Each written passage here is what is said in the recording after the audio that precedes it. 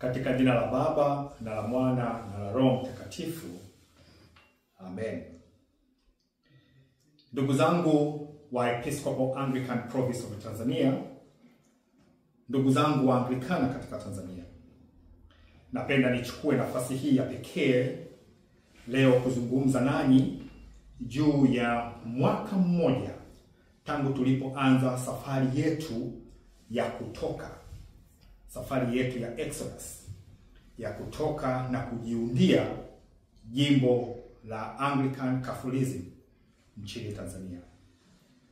Jimbo ambalo linarudisha misingi na desturi na imani ya Anglican Catholicism ambayo ililetwa kwetu na wamishonari wa mwanzo kabisa katika Uanglikana nchini Tanzania, ambao ulipanda imani ya Anglican Catholicism katika visiwa na sehemu chache za ardhi ya Tanzania.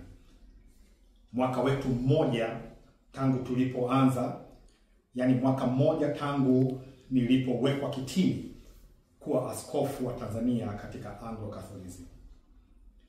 Basi nianze katika haya, nianze na kusema sala ya siku hii ya Jumapili ya tarehe 22 baada ya Pentekoste. Sala inasema ifuatavyo: E Mungu, ambaye mwana wako mpendwa alidhihirishwa ili aweze kuzishinda na kuziharibu kazi za shetani, utufanye sisi watoto wa Mungu na warithi wa ufalme wa Mungu. Tunakuomba e Baba, ili sisi tunapopata tumaini hili na kuishi tumaini hili, tutakaswe sisi wenyewe na nia zetu, ili Mungu tuweze tufanye mapenzi yako, na hata utakapokuja tena katika nguvu na utukufu, wote tuweze kuurithi ufalme wako milele na milele. Amen. Katika sinodi ya 2025 nilipata neema ama kibali mbele za Mungu kama askofu wa Tanzania kuweza kuelezea katika sinodi ya Anglo-Catholicism iliyofanyika hapa Marekani katika mji wa South Carolina, katika state ya South Carolina. Basi niliandaa ripoti yetu ya mwaka ambayo iliwasilishwa katika nyumba ya maaskofu wote wa Anglican Catholicism, na iliweza kuelezwa na kutafsiriwa kwa shangwe jinsi tulivyoweza kufanya kazi kwa ndani ya mwaka mmoja na mafanikio tuliyoyapata. Ripoti yangu ya leo itagusa juu ya ripoti hii ambayo imekuwa presented katika sinodi, na ni ripoti rasmi, ni ripoti inayoeleza mafanikio, kwanza safari nzima na mafanikio na changamoto ambazo ziko mbele yetu. Ripoti inasema ni Episcopal Anglican Province of Tanzania in the Anglican Catholic Church, 1 year anniversary of forming bonds of life, union, witness and mission katika Tanzania. Awali ya yote, naomba niseme juu ya shukrani zangu kwa Mungu, sio tu kwa ajili ya mwaka mmoja wa mafanikio na safari yetu, lakini jinsi Mungu alivyowatunza ninyi nyote tangu tulipoanza huko nyuma hata sasa tumetimiza mwaka mzima tangu Anglican Catholicism ilipopata askofu wake wa kwanza. Ninapoelezea safari hii, napenda niwakumbushe juu ya mwanzo dhaifu ambao tulianza nao. Tulianza safari hii watu wakiwa hawatuelewi. Mnatoka mnaenda wapi? Kwa nini mnatoka? Je, mtaweza kweli kutoka? Yote haya maswali sio tu yaliwajaa wale ambao hawakutuelewa, lakini hata wale ambao walikuwa wanapingana na Mungu juu ya kutoka kwetu ili sisi Waanglikana kuwa huru katika kumwabudu Mungu katika misingi halisi ya Kianglikana nchini Tanzania. Sasa tulianzaje? Tulianza na kukutanika chini ya miti, tukiwa hatuna majengo, tukiwa hatuna viwanja. Tulianza kukutanika nyumbani kwa watu. Tulianza kukutanika kwa uoga. Tulianza kukutanika katika namna mbalimbali. Wakati kwingine tulikutanika hata sehemu ambazo hakuna mti, lakini tulikutanika. Makutaniko yetu yalikuwa ni ya furaha na yakijawa na watu wenye shauku ya kuona jimbo jipya linazaliwa nchini Tanzania. Katika ripoti hii nina picha ambayo nimeipenda sana. Picha inayoonyesha mwanzo huo ulivyoanza. Ni picha ya kanisa la Mlembule. Mlembule iko sehemu ya Mpwapwa, ambapo katika picha hii, sidhani kama hapa itaonekana vizuri, lakini katika kitabu hiki ni picha inayoonyesha watu wameweka manyasi katika mti. Wanasali wameweka tu miti na juu wameweka nyasi. Kanisa letu la Mlembule. Picha hii inanikumbusha unyenyekevu wa safari yetu tulipoanza. Lakini leo hii katika ripoti hii tunaona kwamba tuna makanisa zaidi ya 7. Naposema makanisa nazungumzia majengo. Zaidi ya 7 ambayo yamekamilika na sasa yanahitaji kuwezekwa bati. Sasa nianze kwa kusema kwamba katika mwaka wetu mmoja tunamshuhudia Mungu aliye mwaminifu, Mungu wa Ibrahim, Isaac na Yakobo, aliyekuwa mwaminifu katika mwanzo huo dhaifu hadi leo hii mahali tulipofika. Tulianza na makanisa kama 27 wakati nawekwa kitini. Leo hii ninapozungumza nanyi Waanglikana wa Tanzania, Anglican Catholic Church ama Episcopal Anglican Province of Tanzania ina makanisa zaidi ya 130. Ni mwanzo ambao kwa kweli Mungu tunamwita sisi kwamba ni Mungu yani ni Mungu wa kutoka, Mungu anayetenda pale tunapomsikia na kunyenyekeza, na ni Mungu anayejidhihirisha. Kwa sasa tuna makanisa zaidi ya 130. Na katika makanisa haya yote nchini Tanzania, kila mahali penye kusanyiko letu, ujenzi unaendelea kujengwa kwa makanisa. Kuna makanisa ambayo sasa yanahitaji tu bati, yamemalizika, lakini mengine bado yapo kwenye misingi na mengine yapo kwenye ukubwa kama madirisha. Kila mahali kuna harakati za ujenzi ndani ya mwaka mmoja. Na ukiangalia ndani ya hii mwaka mmoja safari yetu, na ni wakati naandika safari hii nilikuwa pia napitia historia ya wamishonari wa Anglican Catholicism walioingia Tanzania. Utakuta karibia nusu katika ramani ya Tanzania kwenda juu kuna kila dots za uwepo wetu wa waumini wetu wanapokutanika na kusali. Karibia nusu. Hii ni ajabu sana. Lakini pia katika ripoti hii ambayo ninawaeleza, tuna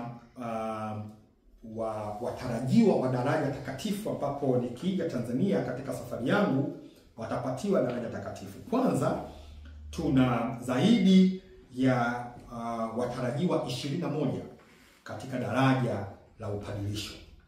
Tuna watarajiwa 39 katika daraja la ushemasi. Tuna watarajiwa 31 katika daraja la diaconess, yani ule utume wa ushemasi kwa wamama. Na pia tuna watarajiwa ambao ni zaidi ya 70 ambao wanaitwa ni transitional diaconate, ambao wanawekewa mikono ili waende katika upadilisho.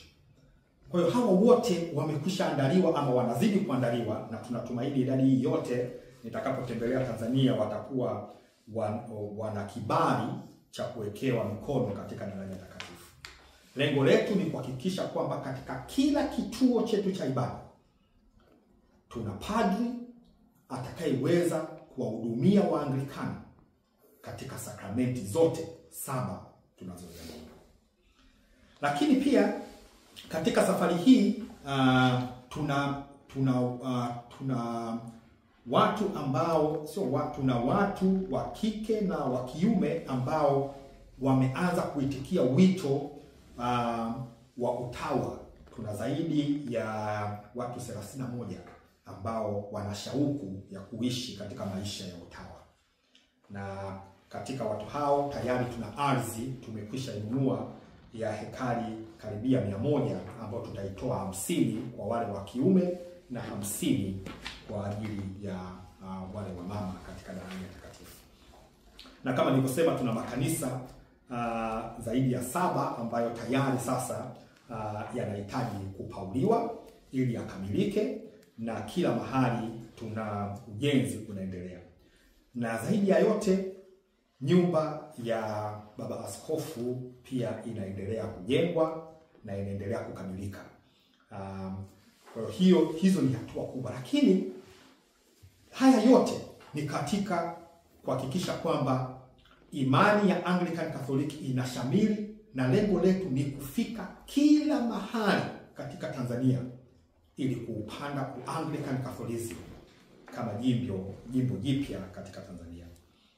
Katika harakati hizi lazima tuwe na kukamilisha kazi ya kitabu cha sala. Nitakionyesha hapa.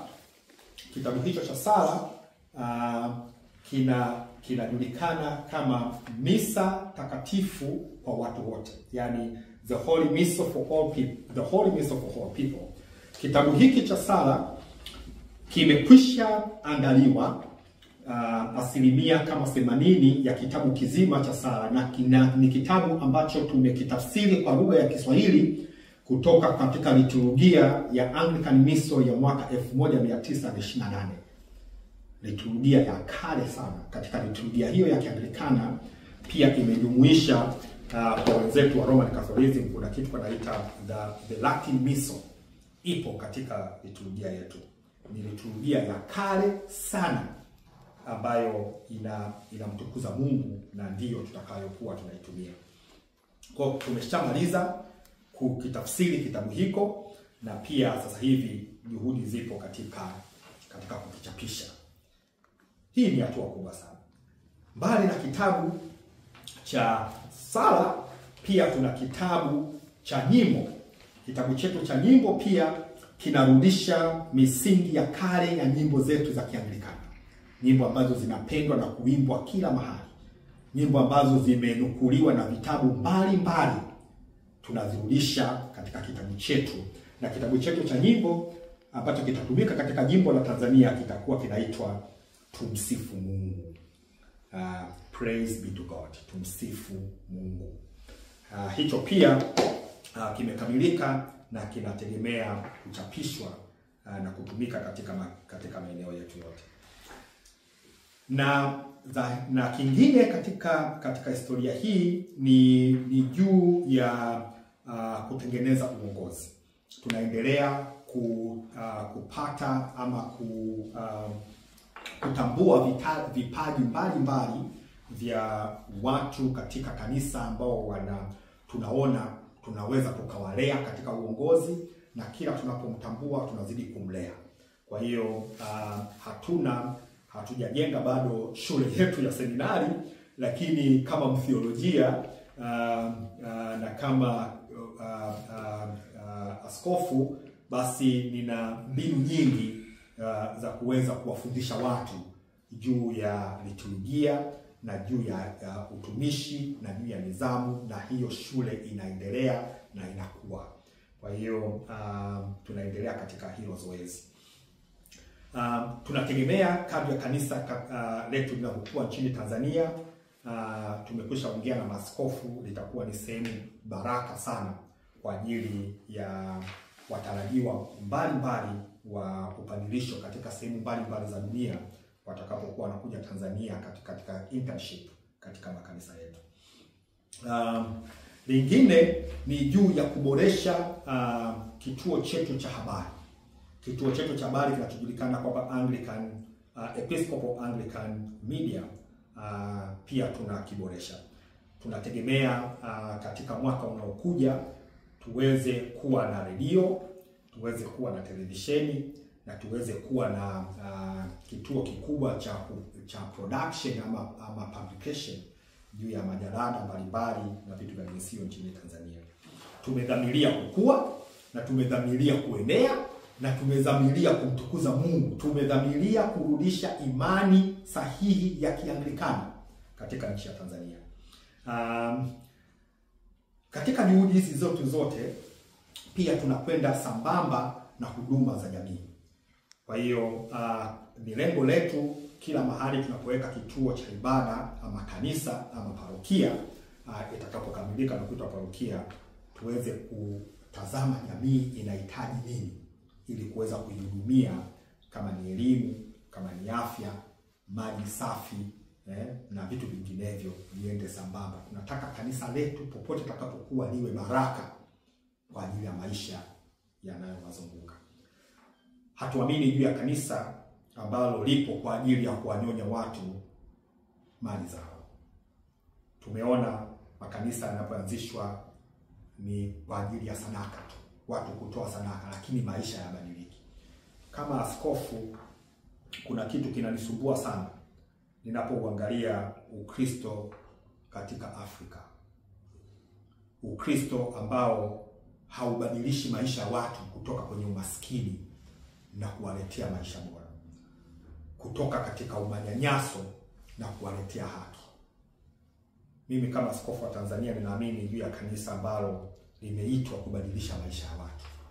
Sio kanisa lililoitwa ili liwe wanyonyaji wa maisha ya watu. Kanisa ni baraka. Kristo alisema siku moja, Roho wa Bwana yu juu yangu, kwa maana amenituma kuwafungua maskini na kuwaweka huru wale wote waliofungwa na kuonewa, na kutangaza mwaka wa Bwana uliokubalika. Ni kazi ya Episcopal Anglican Province of Tanzania kuhakikisha kila mahali tulipo sisi ni baraka kwa watu. Basi sasa, Mungu wa amani ambaye amemleta tena kutoka kwa wafu mchungaji mkuu wa kondoo, aibariki Tanzania, alibariki jimbo letu, abariki kazi zetu, awabariki ninyi nyote mnapoendelea katika juhudi za kueneza Anglican Catholicism katika Tanzania. Msichoke, kwa maana Roho wa Mungu yu juu yetu. Ametutuma kutangaza habari njema na kuwafungua wale wote waliofungwa. Niwashukuru sana na nazidi kuwaombea. Sio tu kanisa, ninaiombea nchi ya Tanzania ibarikiwe, iwe na amani, itende haki, ili maisha yastawi kwa Watanzania wote. Na kanisa letu tunataka liwe ni kiini katika ibada, haki, amani na maendeleo. Mungu awabariki. Amen. Episcopal Anglican Media, maisha yanayohubiri.